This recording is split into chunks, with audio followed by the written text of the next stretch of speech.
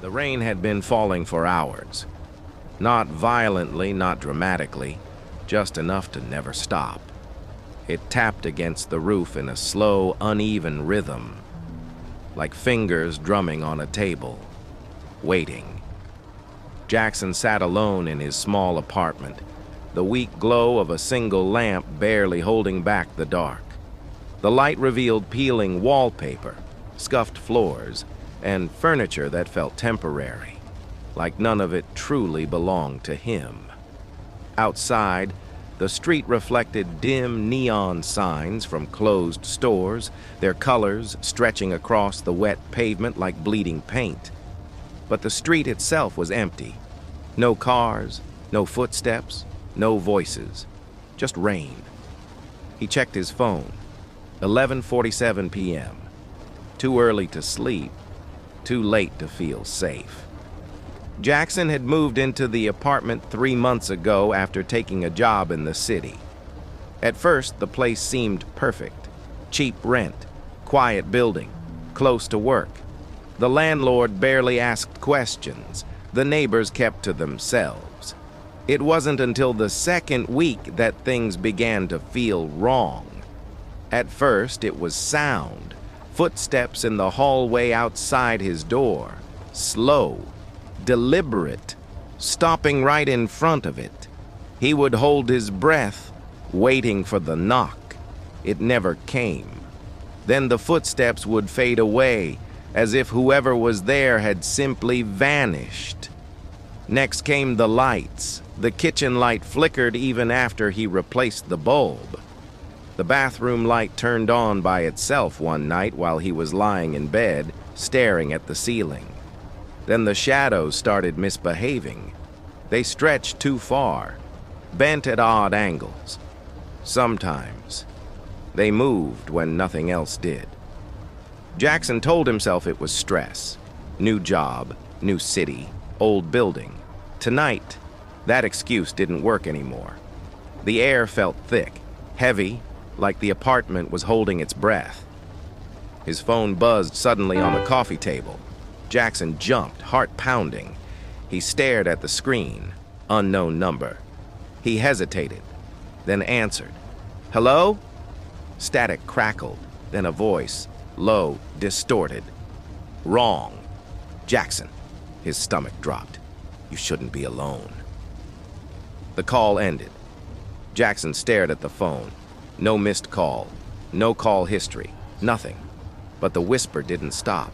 It lingered in the apartment, stretched thin, crawling through the walls. He stood slowly and grabbed the flashlight from the kitchen drawer. Living room, empty. Kitchen, normal. Bedroom, untouched. Then the bathroom. The mirror was fogged. That made no sense. And in the reflection, someone was standing behind him. Jackson spun around. Nothing. His breath came fast. He laughed under his breath, forcing calm. Get a grip. That's when the knocking began, slow, muffled, not at the door, inside the walls. The sound moved, crawling, traveling from room to room. Jackson followed it to the living room window.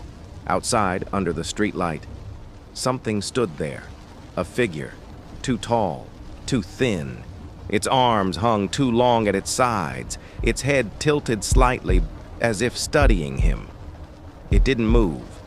Then, slowly, it raised one arm and pointed directly at Jackson. The light flickered.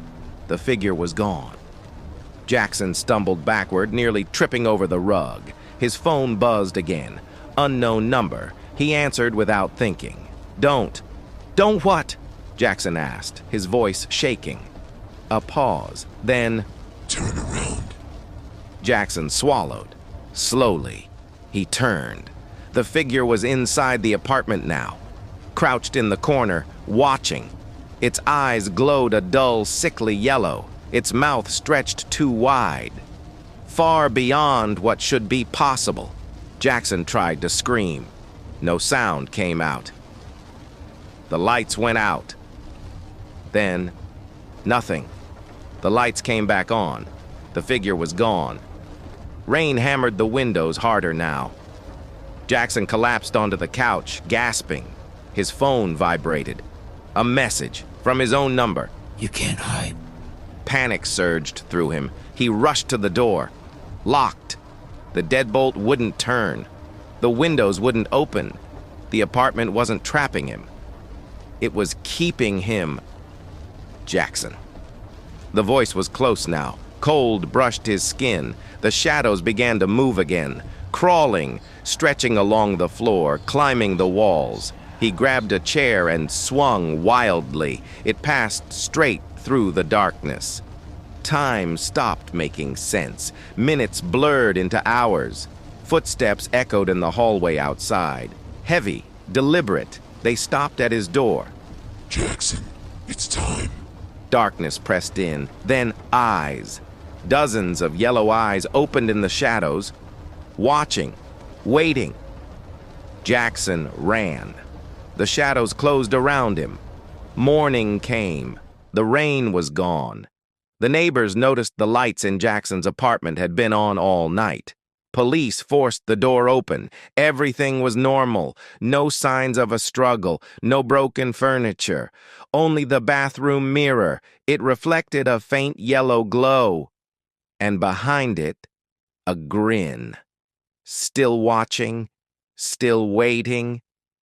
We're closer than you think.